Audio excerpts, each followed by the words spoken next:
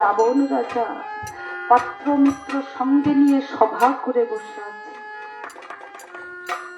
এমন সময় ভগ্নদূত হন্তদন্ত হয়ে রাবণের এই রাজসভায় প্রবেশ করে। রাবণ বলছে, কি ভগ্নদূত, তুমি এমনি ভাবে আমার এই রাজসভায় ছুটে এসেছো? বলো ভগ্নদূত, তুমি কি এমন সংবাদ নিয়ে আমার এখানে এসেছো? ভগ্নদূত আমার চুপচাপ দাঁড়িয়ে আছে। মহারাজ, আমি কেমন করে এই নিদারুণ দুঃখের কথাটা আপনাকে বলবো মহারাজ? কি হয়েছে ভগ্নদূত? তুমি কি এমন সংবাদ নিয়ে আমার এই রাজসভায় এসেছো? আমাকে এক্ষুনি বলো। মহারাজ, তব পুত্র ইন্দ্রজিৎ যে আর নেই, এ তুমি কি বলছো ভগ্নদূত? আমার পুত্র ইন্দ্রজিৎ আর নেই? কেন, কি হয়েছে তার? মহারাজ, তব ভ্রাতা বিভীষণ লক্ষণকে সঙ্গে নিয়ে তস্করের ন্যায় ওই নিকুম্ভিলা যজ্ঞাগারে প্রবেশ করে আপনার পুত্র ইন্দ্রজিৎকে অন্যায়ভাবে হত্যা করেছে। সিংহাসন হতে মূর্ছা পড়লেন রাবণ। হোক না সে রাক্ষস, তবু একজন পিতা তো। কোন পিতা কি পারবে তার পুত্রের মৃত্যুর সংবাদ সহ্য করতে? সিংহাসন হতে মূর্ছা পড়ে কেঁদে কেঁদে বলছে, ওরে দুষ্টু বিভীষণ, তোর আমার প্রতি এতটাই ক্রোধ ছিল, শেষে কিনা আমার পুত্রকে হত্যা করে আমার এই বক্ষে পুত্র শোকের আগুন জ্বেলে দিলি। ওরে বিভীষণ, তোর আমার প্রতি এতটাই ক্রোধ ছিল, তবে তুই কি ভেবেছিস ওই ইন্দ্রজিতের মৃত্যুর সংবাদ শুনে আমার মৃত্যু হবে? না, আমার এই লঙ্কার দুর্গতি যে সীতার জন্য, আগে আমি তার শিরচ্ছেদ করব, তারপর আমি তোর ব্যবস্থা নেব। এই বলে রাবণ রাজা খড়গ হাতে নিয়ে চলেছে অশোক বনে। কেন? সীতা মায়ের শিরচ্ছেদ করবে বলে। এদিকে অন্তঃপুর হতে মন্দোদরী ইন্দ্রজিতের ওই মৃত্যুর সংবাদ শুনতে পেয়ে ছুটে এসে রাবণের চরণ দুটি জড়িয়ে ধরেছে। কেঁদে কেঁদে বলছে, ওগো প্রভু, এখনো সময় আছে, তুমি ওই রামের সঙ্গে বিরোধ করো না। এখনো সময় আছে, রামের সীতা তুমি রামকে ফিরিয়ে দাও।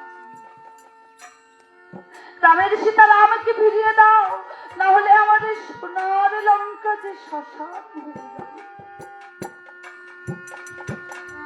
রাবণ রাজা ক্রুদ্ধ হয়ে বলছে, ওরে বুদ্ধিহীনা নারী, তুমি কি ভুলে গেছো আমি ত্রিভুবন বিজয়ী রাবণ? তাই বলছি মন্দোদরী, আমাকে বিরক্ত না করে ওই অন্তঃপুরে চলে যাও। মন্দোদরী তবুও রাবণের চরণ দুটি জড়িয়ে ধরে বলছে, ওগো প্রভু, আমি তোমাকে কত করে বলেছিলাম তুমি ওই রামের সঙ্গে বিরোধ করো না, তুমি আমার কোনো কথাই শুনলে না। আজ আমার ইন্দ্রজিতের মৃত্যুর কারণ শুধু তুমি। তাই বলছি, এখনো সময় আছে, ফিরিয়ে দাও ওই রামের সীতা রামকে। ও প্রভু, আমি তো শুনেছি ওই রাম নাকি মনুষ্য নয়, সে যে গোলকের হরি। আরে সীতা মাতা নাকি মানবী নয়, সে যে রাজরাজেশ্বরী। তাই রামের সীতা রামকে দিয়ে তুমি ধরো রামের পায়। দয়া করি প্রভু, রাম যদি তোমায় ওই স্বর্গে নিয়ে যায়, ফিরিয়ে দাও ওই রামের সীতা রামকে। মন্দোদরী যখন এসব বলছে, রাবণ রাজা মন্দোদরীর দিকে অপলক দৃষ্টিতে তাকিয়ে আছে। মন্দোদরী, ওই রাম যে গোলকের হরি, আর সীতা মাতা যে রাজরাজেশ্বরী, সে যে আমার চেয়ে ভালো আর কেউ জানে না মন্দোদরী। ও প্রভু, তা তুমি যখন সবই জানো, তাহলে কেন বৃথা ওই রামের সঙ্গে বিরোধ করছো? ও মন্দোদরী, আমি কেন বিরোধ করি শুনবে? তাহলে শোনো। আমরা তো ভাই ছিলাম ওই বৈকুণ্ঠের দাঁড়ি, নাম ছিল আমাদের জয় আর বিজয়। একদিন দুর্বাসা মুনি ওই নারায়ণের নিকট সাক্ষাৎ করতে যায়। মন্দোদরী, আমরা ওই মুনিকে চিনতে না পেরে তাকে দ্বারে বাধা দিই, তাকে দ্বারে বাধা দিই। তখন ওই মুনি ক্রুদ্ধ হয়ে আমাদের অভিশাপ দিয়েছিলেন যে আমাকে বাধা দেওয়ার পরিণতি কি হতে পারে জানিস? তোরা যে আমাকে বাধা দিয়েছিস, এই বাধা দেওয়ার পরিণতি কি হতে পারে জানিস? আমি তোদের অভিশাপ দিলাম, তোরা ওই মত্তলোকে রাক্ষস হয়ে জন্ম নিবি। ওই মত্তলোকে রাক্ষস হয়ে জন্ম নিবি। ও মন্দোদরী, আমরা সেদিন ছুটে যাই ওই নারায়ণের কাছে। দয়াময়, আমরা কেমন করে এই অভিশাপ হতে মুক্তি পাব? নারায়ণ সেদিন বলেছিলেন, জয় বিজয়, সে যে দুর্বাসা মুনি, তার অভিশাপ যে খণ্ডাবার নয়, তবে তোমাদের মুক্তির দুটি পথ আছে।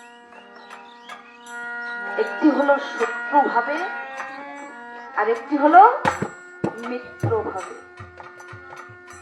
ওই মত্ত লোকে রাক্ষস হয়ে জন্ম নেওয়ার পর তোমরা যদি আমার সঙ্গে শত্রু ভাবাপন্ন আচরণ করো, তাহলে 3 জন্ম পরে আমাকে পাবে। আর ওই মত্ত লোকে রাক্ষস হয়ে জন্ম নেওয়ার পর যদি আমার সঙ্গে মিত্র ভাবাপন্ন আচরণ করো, তাহলে 7 জন্ম পরে তবে যদি আমার দেখা মেলে। ও মন্দোদরী, আমরা সেদিন নারায়ণকে বলেছিলাম, দয়াময়, শত্রু হলে যদি তোমাকে 3 জন্মে পাই, আমরা মিত্র হতে চাই না। আমাদের বহিরঙ্গে থাকবে শত্রুতা, কিন্তু অন্তরে থাকবে ভক্তি। ও মন্দোদরী, সবাই ভাবে আমি রামের রানী, কিন্তু কেউ যে জানে না, কেউ যে জানে না আমি গোপনে ওই প্রভুরই পুজো করি। আমার বহিরঙ্গে শত্রুতা, কিন্তু অন্তরে ভক্তি। মন্দোদরী তবুও রাবণের চরণ দুটি জড়িয়ে ধরে, তুমি যখন সবই জানো প্রভু, বৃথা ওই রামচন্দ্রের সঙ্গে বিরোধ করো না। তাকিয়ে দেখো তোমার লঙ্কার প্রজাবৃন্দের দিকে, কারো মনে বিন্দু মাত্র স্বস্তি নেই। চারিদিকে কেবল স্বজন হারানোর কান্নার করুণ বিলাপ। বৃথা ওই রামচন্দ্রের সঙ্গে বিরোধ করো না। কিন্তু রাবণের বহিরাঙ্গে তো শত্রুতা, তাই বলছে, ওরে বুদ্ধিহীনা নারী, তুমি হয়তো ভুলে গেছো আমি ত্রিভুবনে বিজয়ী রাবণ। আজ আমি ওই রামের ভাই লক্ষণকে হত্যা করে বুঝিয়ে দেব এই রাবণ কত বড় শক্তিধর। তাই রাবণ রাজা সারথীকে ডাক দিয়ে বলছে, ও সারথী, আমার ভুবন বিজয়ী রথখানা মনের মতো করে সাজিয়ে নিয়ে এসো। আজ আমি যাব ওই রাম আর লক্ষণের সঙ্গে যুদ্ধ করতে। ও সারথী,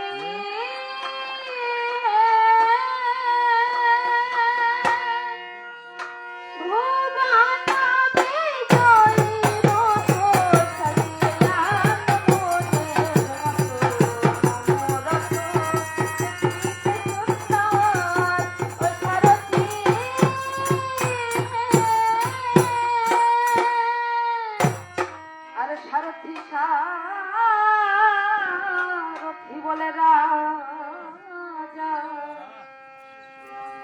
রাতে গানে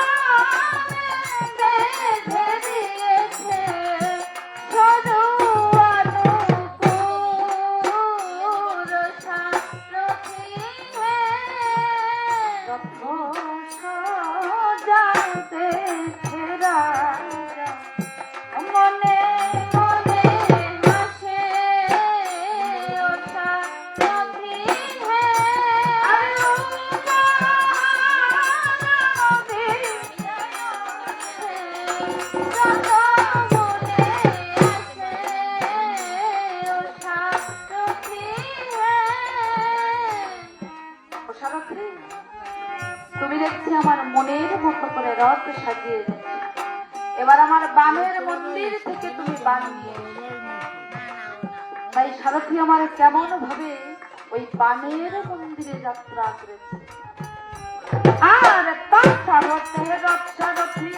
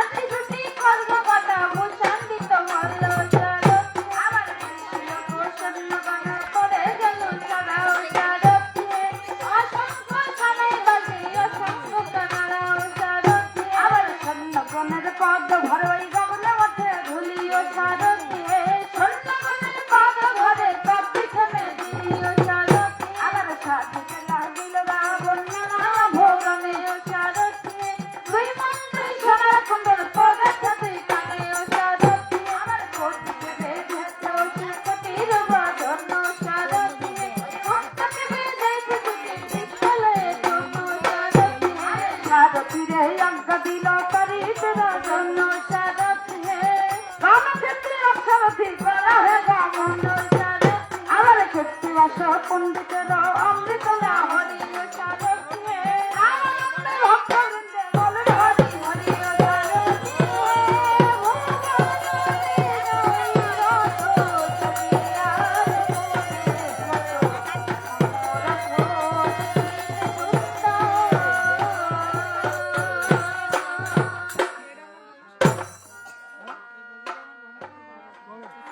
ও সারথি, তুমি তো দেখছি আমার মনের মতো করে রথ সাজিয়ে এনেছো। এবার এই রথটি নিয়ে তুমি এই রণক্ষেত্রের দিকে যাত্রা করাও। রাবণ রাজা অসংখ্য রাক্ষসগণ নিয়ে চলেছে ওই রণক্ষেত্রে।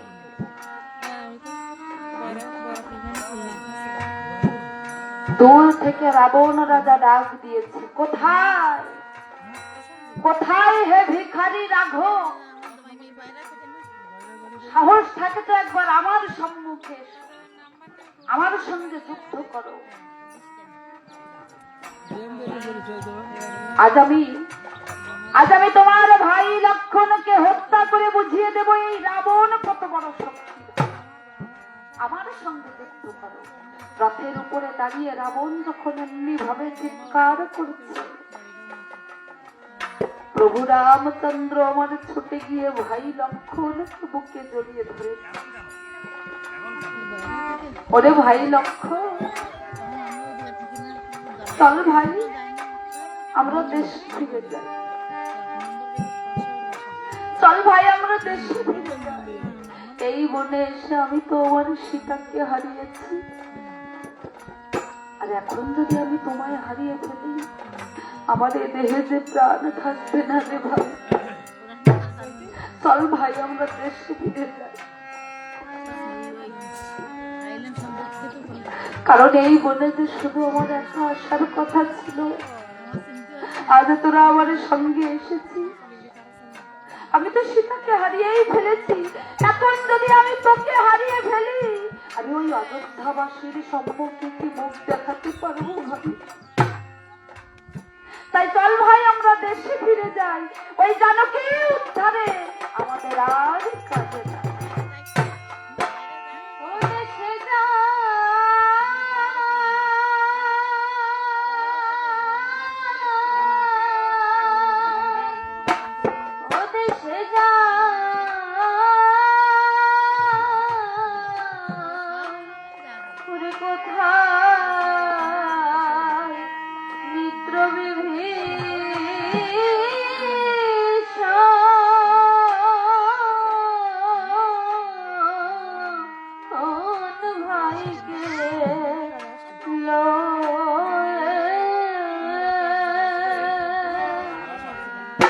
আরে চলো চলো দেশে চলো, প্রাণের ভাই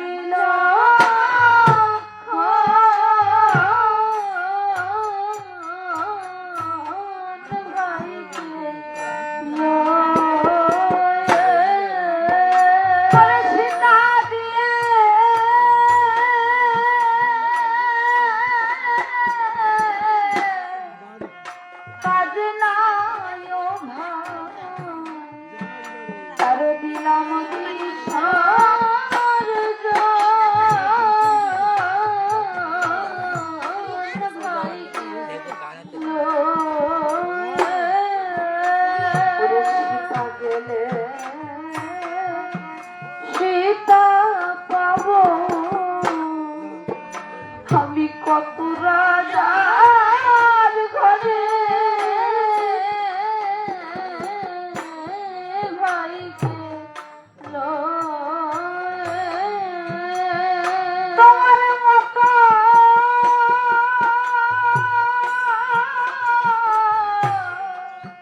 ভাই হারালে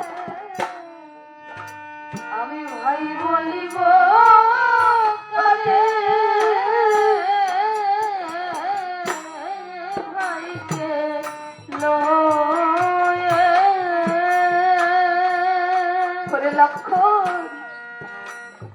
সীতা গেলে সীতা পাবো আমি কত রাজার ঘরে, তোমার মতো ভাই হারালে আমি ভাই বলিব কারে?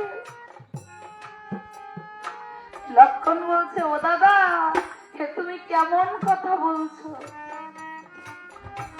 দাদা আমি যখন এই বনে এসেছিলাম আমার মা আমাকে কি বলেছিল জানো দাদা? আমার মা আমাকে বলেছিল, ওরে লক্ষণ তুই তো বনবাসে যাচ্ছিস বাবা, তা বনবাসে গিয়ে যদি তোর এই অভাগিনী মায়ের কথা মনে পড়ে তুই ওই সীতাকে মা বলে ডাকিস, তাহলে কেমন করে আমি সেই মা সীতাকে এখানে ফেলে একা দেশে চলে যাব বলতে পারো দাদা? আমি যাব না। ওরে তুমি দেশে যাও গো দাদা, ও দাদা আমি যাব না, ভাইকে লয়ে দেশে গিয়ে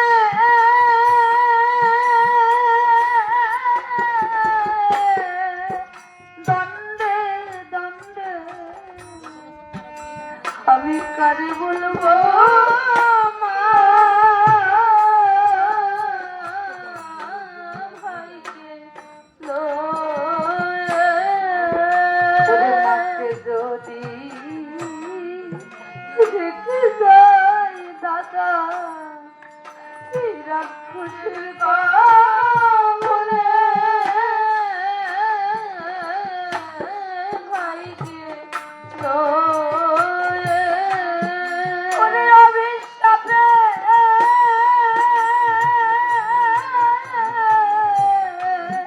অযোধ্যা পুরী দাদা পুরে ধ্বংস হবে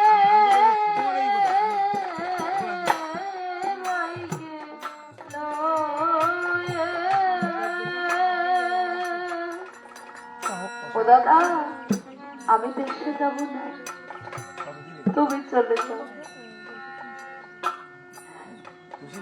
কিন্তু দাদা দেশে যাওয়ার পরে আমার মা যদি তোমাকে জিজ্ঞাসা করে, ওরা তুই তো আমার লক্ষণকে বনবাসে নিয়ে গেছিলি বাবা, আমার লক্ষণ কোথায়? তখন তুমি কি বলবে? তখন তুমি মাকে কি উত্তর দেবে? আমি বলে দিচ্ছি, ওরে দেশে গিয়ে ও গো দাদা বলো মায়ের আগে ভাইকে লয়ে, ওরে ভাই লক্ষণকে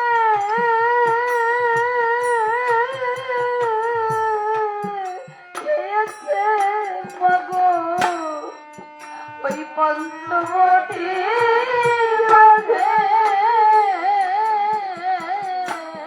ভাইকে লয়ে। ও দাদা মা যখন তোমার কাছে জিজ্ঞাসা করবে ওরা আমার লক্ষণ কোথায়, তখন তুমি বলবে ও মা আমার ভাই লক্ষণকে যে ওই পঞ্চবটির বাঘে খেয়ে ফেলেছে। আর দাদা বনবাসে যাওয়ার পথে যে সরজ নদী পড়বে,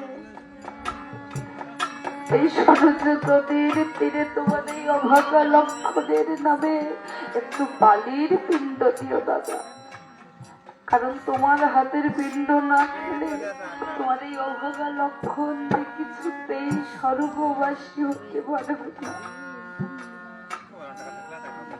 তাই লক্ষণ আমার কেঁদে কেঁদে বলছে, ওরে দেশে যাওয়া কানে দাদা, ও দাদা এই কর্ম করিয়া ভাইকে লয়ে। ও ভাগানা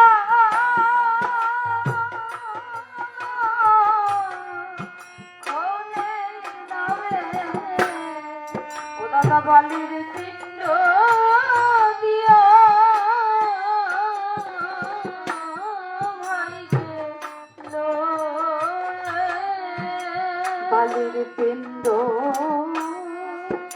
দিও দাদা, ও দাদা দিও রাশি রাশি ভাইকে লয়ে। তোমার হাতে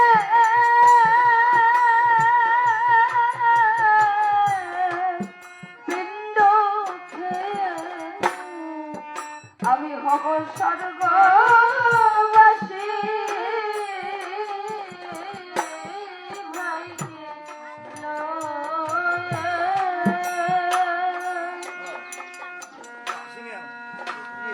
ও দাদা দেশে যাওয়ার পথে যে সরজ নদী পড়বে, ওই সরজ নদীর তীরে তোমার এই লক্ষণের নামে একটু বালির পিণ্ড দিও, কারণ এই রাবণ তো আমাকে মেরেই ফেলবে। তা তোমার হাতের পিণ্ড না খেলে তোমার এই অভাগা লক্ষণ যে কিছুতেই স্বর্গবাসী হতে পারবে না দাদা। প্রভু রামচন্দ্র বলছে, ওরে ভাই তুই চুপ কর, তুই কি বলছিস? এই বনে যে শুধু আমার একা আসার কথা ছিল, আমার ভাগ্যের সঙ্গে আমি তো তোদের জড়াতে চাইনি রে ভাই, তবুও তোরা আজ আমার সঙ্গে এসেছিস।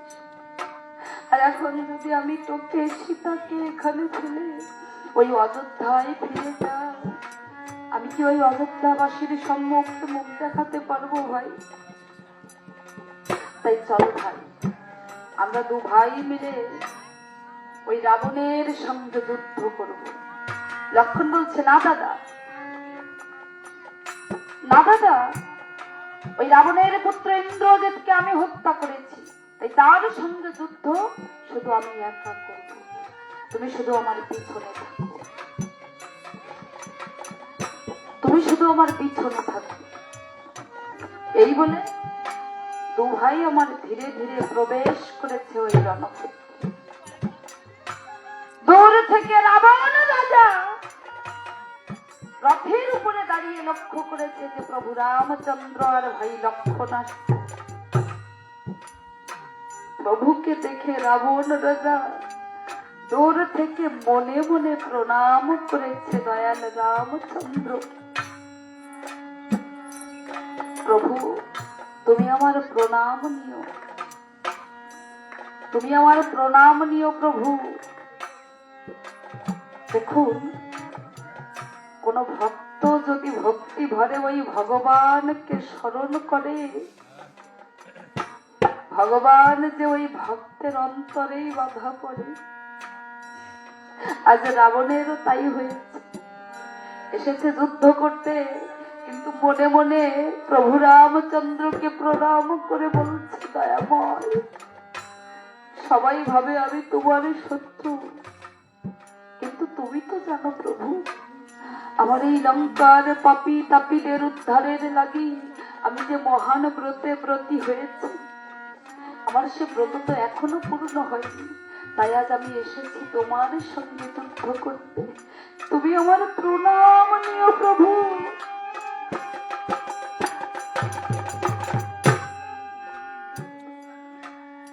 চুপচাপ দাঁড়িয়ে আছে রাবণ রাজা। পেছন থেকে সারথি ডাক দিয়ে বলছে, ও মহারাজ, কি হয়েছে আপনার? এমনি ভাবে চুপচাপ দাঁড়িয়ে আছে। সারথের ডাক শুনে রাবণ রাজা চমকে উঠেছে। না না, আসলে আসলে আমি চিন্তা করছিলাম যে ওই রামের ভাই লক্ষ্মণকে কেমন করে হত্যা করব। ও সারথি, তুমি এই রথটি ওদের সম্মুখে নিয়ে চলো। রাবণের সঙ্গে এসেছে অনেক রাক্ষসগণ, আর ওদিকে প্রভু রামচন্দ্রের পাশে দাঁড়িয়ে আছে অসংখ্য বানর সৈন্য। এই রাক্ষসগণ বানর সৈন্যদের দেখে মনে মনে হাসছে, বাবা বাবা বাবা, আজ যুদ্ধ শেষে খুব সুন্দর করে উদর পূরণ করা যাবে। অনেক বানর ভল্লুক এসেছে যুদ্ধ করতে, তো দেখি আজ কে কয়টা মারে। তাই রাক্ষসগণ বাদ্যকারদের ডেকে বলছে, কোথায় কোথায় বাদ্যকারগণ, একবার রণবাদ্য বাজিয়ে দাও।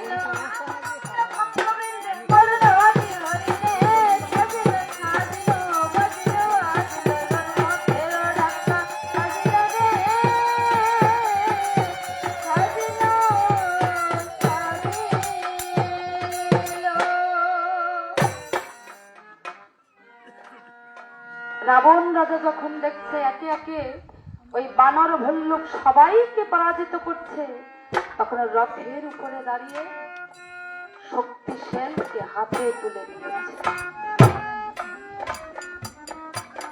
যেই না শক্তিশাল হাতে তুলে নিয়েছে, প্রভু রামচন্দ্র ছুটে গিয়ে ভাই লক্ষণকে আড়াল করে দাঁড়িয়েছে। শক্তিশালকে আহ্বান করে বলছে, ও শক্তিশাল, তুমি আমার ভাইয়ের প্রাণ নিও না। শক্তিশাল,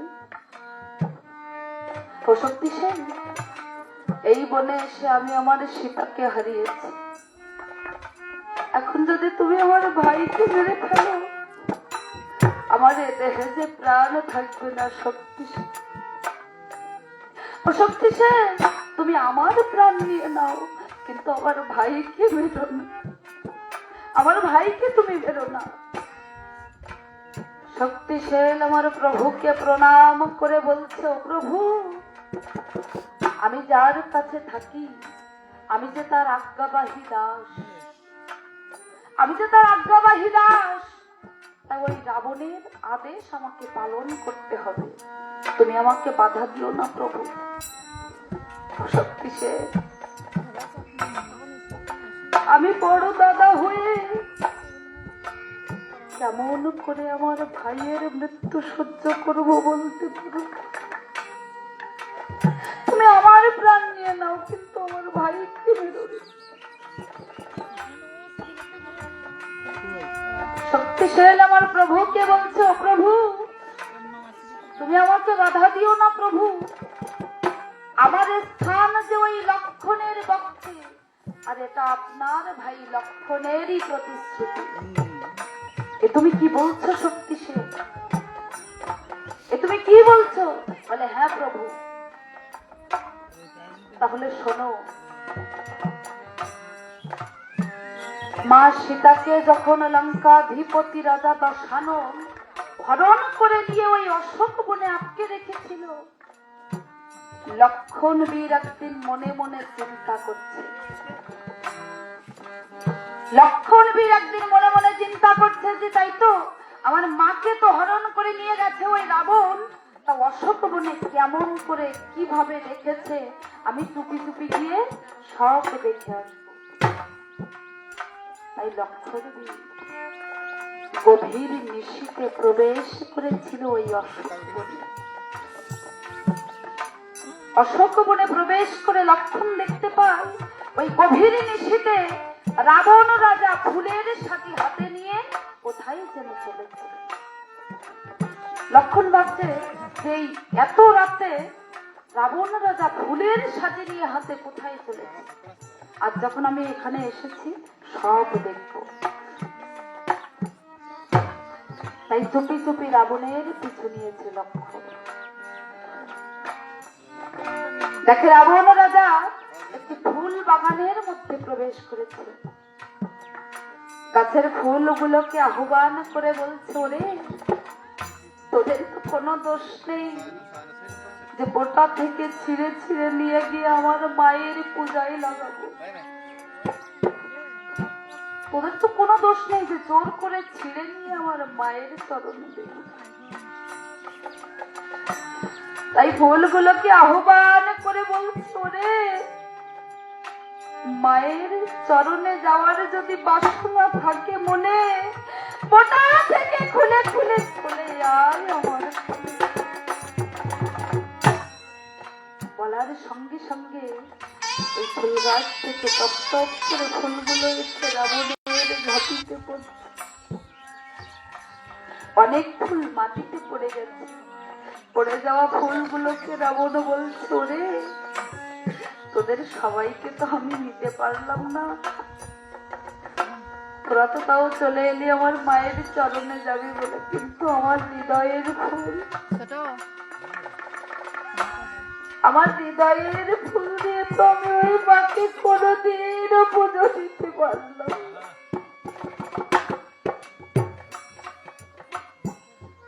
লক্ষণ বীর চিন্তা করছে যে এত রাতে ফুল তুলে রাবণ কি করবে, আজ আমি সব দেখবো। দেখে রাবণ রাজা ধীরে ধীরে চলেছে একটা মন্দিরের দিকে। সিংসভা গাছের নিচে স্বর্ণময় এক মন্দির, যে মন্দিরের চারিপাশে লেখা জয় শ্রীরাম জয় শ্রী জানকী। মন্দিরের চারিপাশে লেখা জয় শ্রীরাম জয় শ্রী জানকী। লক্ষণ বলছে কি, সবাই ভাবে, সবাই জানে রাবণের অশোক বনে শুধু সীতা বন্দী, কিন্তু না, রাবণের অশোক বনে শুধু সীতা নয়, রাম বন্দী। এ আমি কি দেখছি, এ আমি কি দেখছি? রাবণের অশোক বনে এমন মন্দির, তার চারিপাশে লেখা জয় শ্রীরাম জয় শ্রী জানকী। এই মন্দিরের মধ্যে কি আছে আজ আমি সব দেখব। রাবণ রাজা প্রবেশ করেছে ওই মন্দিরের মধ্যে। ওই মন্দিরের মধ্যে সোনার সিংহাসনে বসছে মা সীতা। রাবণ রাজা ওই ফুলগুলোকে নিয়ে মালা গেঁথে মায়ের চরণে দিয়ে বলছো, মা, মাগো, আর কতদিন এই গোপন ব্যথা নিয়ে থাকবো বলতে পারো মা? আর যে ভালো লাগে না এই রাজ, এই আর যে ভালো লাগে না এই সংসার কোলাহল। বল না মা, বল না মা, কবে আবার আমার নারায়ণের চরণে ফিরে যাব? প্রভু যে আমাকে বলেছিল শত্রু বাবাপন্ন আচরণ করলে নাকি 3 জন্ম পরে আবার প্রভুর চরণ পাবে। 3 জন্ম তো হয়ে গেছে। বল না মা, বল না মা, কবে আবার আমার নারায়ণের চরণে ঠাঁই পাবো?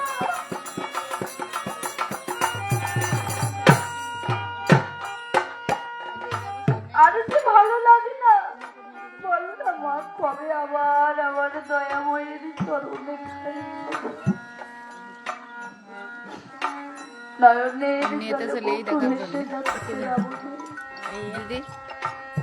দরজার বাইরে দাঁড়িয়ে লক্ষণ সবটা দেখছে। লক্ষণ বলছে, হাই রে, এ আমি কোন রাবণকে দেখছি? এই এমন রাবণকে আমি আগে কখনো দেখি। কার সঙ্গে এসেছি আমরা দুভাই যুদ্ধ করতে? এই রাবণকে দেখে আমার তো কোনোভাবেই শত্রু মনে হচ্ছে না, মনে হচ্ছে আমার দাদার পরম ভক্ত। আমি কোন রাবণকে দেখছি? এমন সময় রাবণের নাসিকে মনুষ্যের গন্ধ লাগে। পিছনে তাকিয়ে বলছে, কে কে ওখানে? কে এসেছো আমার গোপন ভজনের সময়? তাকিয়ে দেখে লক্ষ্য ধুলায় গড়াগড়ি দিচ্ছে, নয়নের জলে বুক ভেসে যাচ্ছে। একই লক্ষণ, তুমি এখানে? তুমি এখানে কেন এসেছো? মহারাজ, আমি দেখতে এসেছি। মহারাজ, আমি দেখতে এসেছিলাম আপনি আমার মা সীতাকে কেমন করে কোথায় রেখেছেন। তা কি দেখলে লক্ষণ? মহারাজ, আমি এখানে এসে যা দেখলাম তাতে আমার মনে হচ্ছে আমার মা সীতাকে ওই অযোধ্যায় নিয়ে গিয়ে এমন সুখে রাখতে পারতাম না। না লক্ষণ, তুমি এখানে এসে যা যা দেখেছো তুমি কথা দাও কাউকে বলবে না, তুমি কারো কাছে প্রকাশ করবে না। আমি যে গোপনে মায়ের পূজা করি, এই গোপন ভক্তির প্রকাশ তুমি কারো কাছে করবে না, বলো আমায় কথা দাও। মহারাজ, আমি তো কোনোদিনও আমার দাদার সঙ্গে মিথ্যে কথা বলিনি। আমি আমার দাদার থেকে কোনো কথা লুকাই না। লক্ষণ, আমি তোমাকে আদেশ করছি আমার এই গোপন ভক্তির প্রকাশ তুমি কারো কাছে করবে না। যদি আমার এই গোপন ভক্তির প্রকাশ তুমি কারো কাছে করো, কি হবে জানো? বলে কি হবে মহারাজ? রাবণ বলছে, আমি যে গোপনে মায়ের পূজা করি এই কথা যদি তুমি কাউকে বলো, তাহলে আমার কাছে যে মায়ের দানবের শক্তিশাল আছে,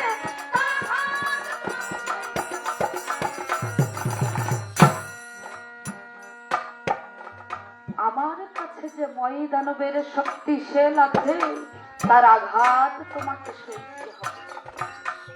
লক্ষণ হাসছে, মহারাজ মাত্র একটি শেল কেন,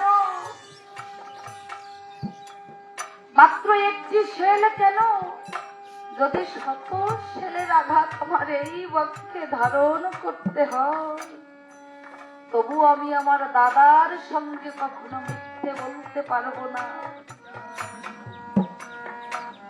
তাই শক্তিশাল বলছে, ও প্রভু, সেই দিন থেকে ওই লক্ষণের বক্ষেই যে আমার স্থান, তুমি আমাকে আর বাধা দিও না প্রভু, আমাকে অনুমতি দাও। প্রভু রামচন্দ্র কেঁদে কেঁদে বলছে, ওরে শক্তিশাল, আমি বড় দাদা হয়ে কেমন করে ভাইয়ের মৃত্যু সহ্য করব? তুমি যেখান থেকে এসেছো সেখানেই ফিরে যাও, ওই রাবণের রথে ফিরে যাও, আমার তনু যে ক্ষীণ হয়ে আসছে। তাই কেঁদে কেঁদে বলছে, পুরাণে তনু রে,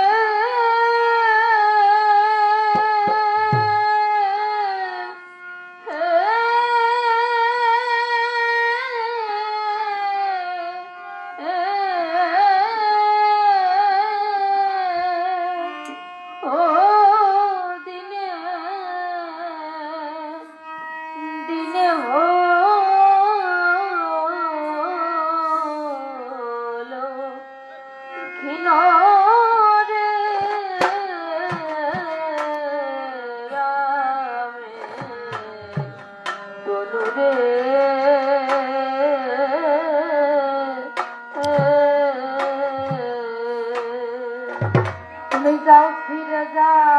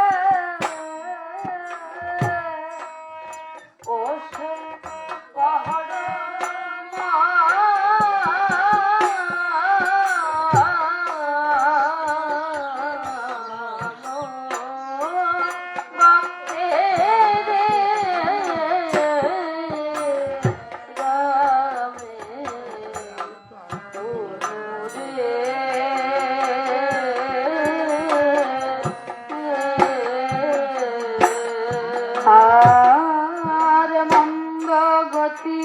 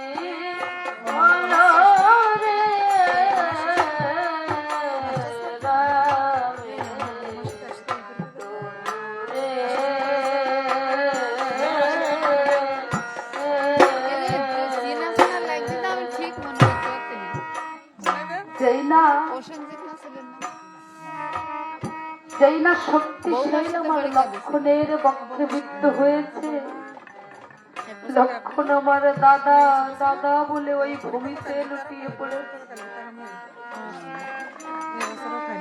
লক্ষণের ক্ষত স্থান থেকে অধরে রক্ত ঝরছে, মৃত্যু যন্ত্রণায় ছটফট করছে লক্ষণ। ভাইয়ের যন্ত্রণা সহ্য না করতে পেরে প্রভু রামচন্দ্র আমার বিষমভার মূর্তি ধরে এক টান দিয়ে ওই শেলটিকে 3 খণ্ড করে দিল। শক্তিশাল বলছে, ও প্রভু, আমি যখন 1 খণ্ড ছিলাম আমার দাঁড়াবার মতো কোনো জায়গা ছিল না, আর এখনো তুমি আমাকে 3 খণ্ড করে দিলে। ও প্রভু, আমি এখন কোথায় দাঁড়াবো?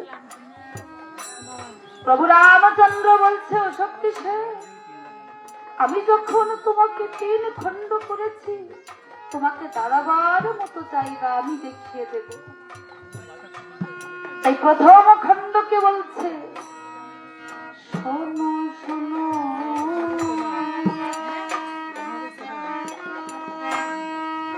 প্রথম খণ্ড,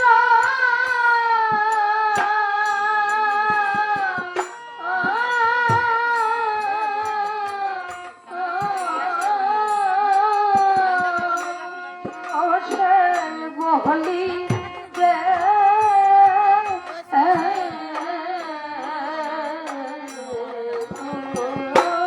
মারে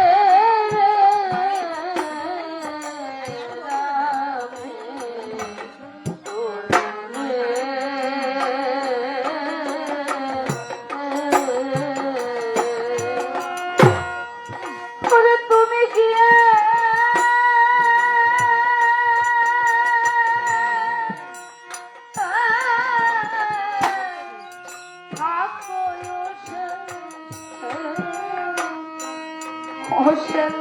পুত্র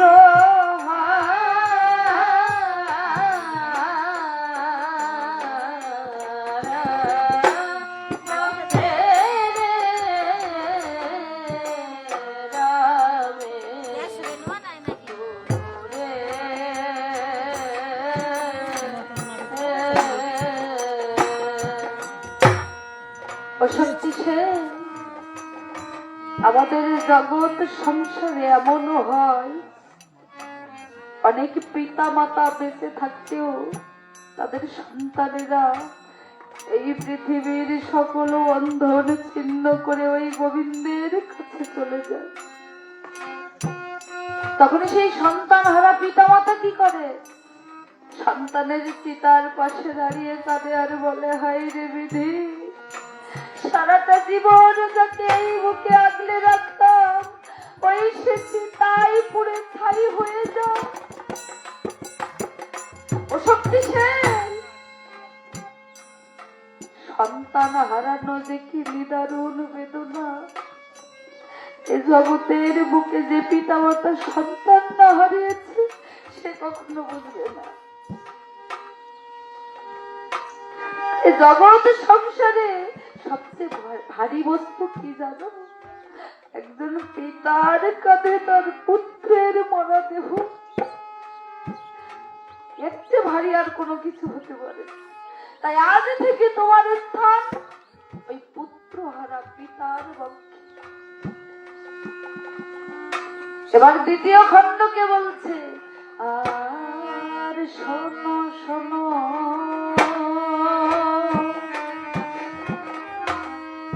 দ্বিতীয় খণ্ড,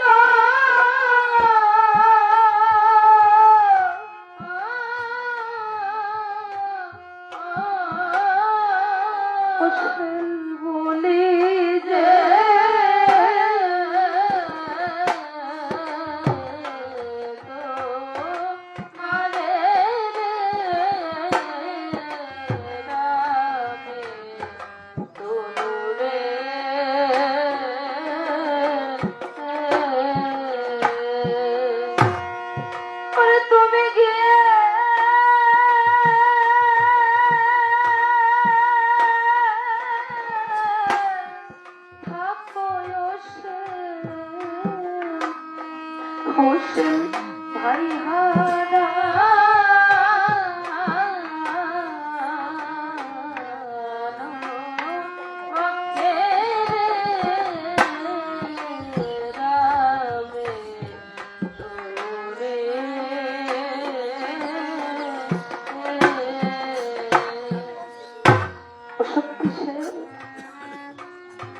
জগতের বুকে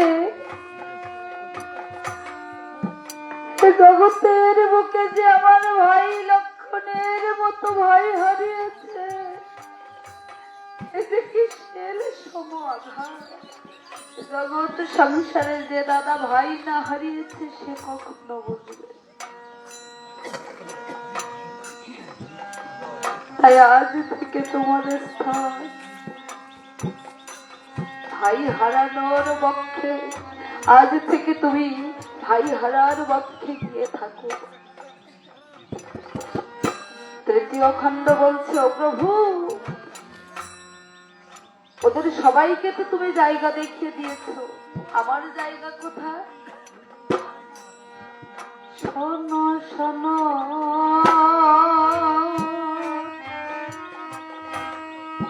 তৃতীয় খণ্ড,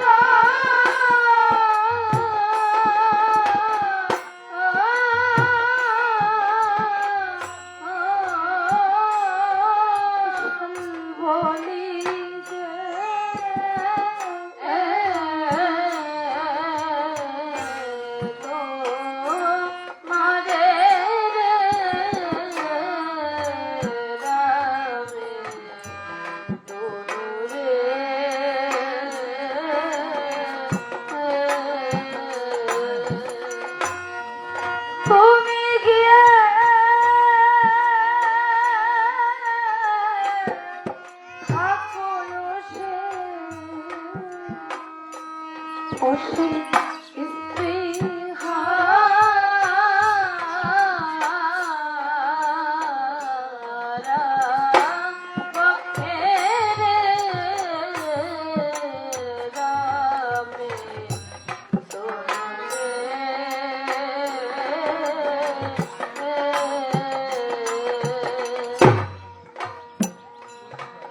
খণ্ডকে জায়গা দেখিয়ে দিয়ে এবার প্রভু রামচন্দ্র আমার ভাইকে বুকে জড়িয়ে ধরে ভাই ভাই বলে কাঁদছে।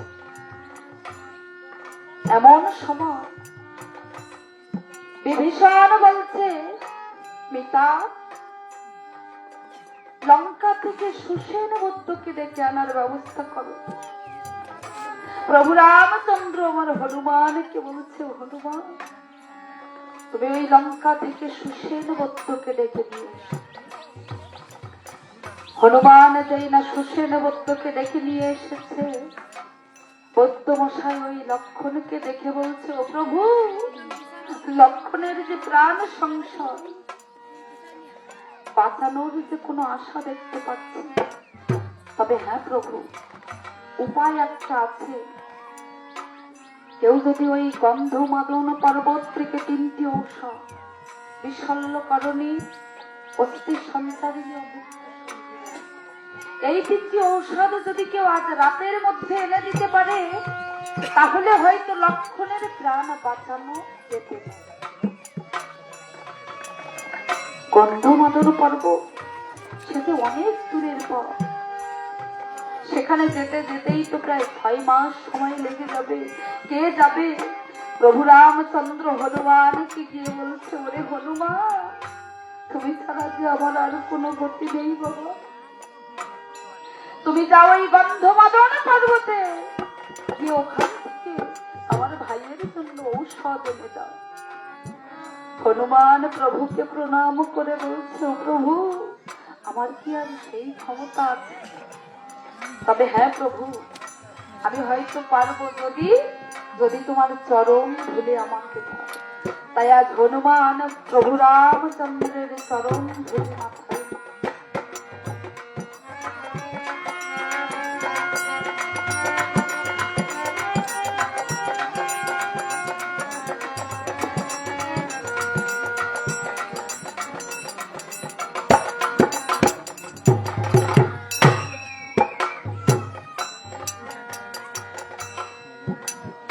এবার হনুমান বলছে, প্রভু, এই 5 দিন ধরে অনাহারে যুদ্ধ করে চলেছি, আমার যে চলার কোনো শক্তি নেই প্রভু, আমায় যদি কিছু সেবা দাও তাহলে হয়তো আমি অত দূরে যাওয়ার শক্তি পাব। তাই প্রভু রামচন্দ্র রাম ভক্তদের ডেকে বলছে, ওরে যেমন করেই হোক তোমরা হনুমানের জন্য কিছু সেবার ব্যবস্থা করো।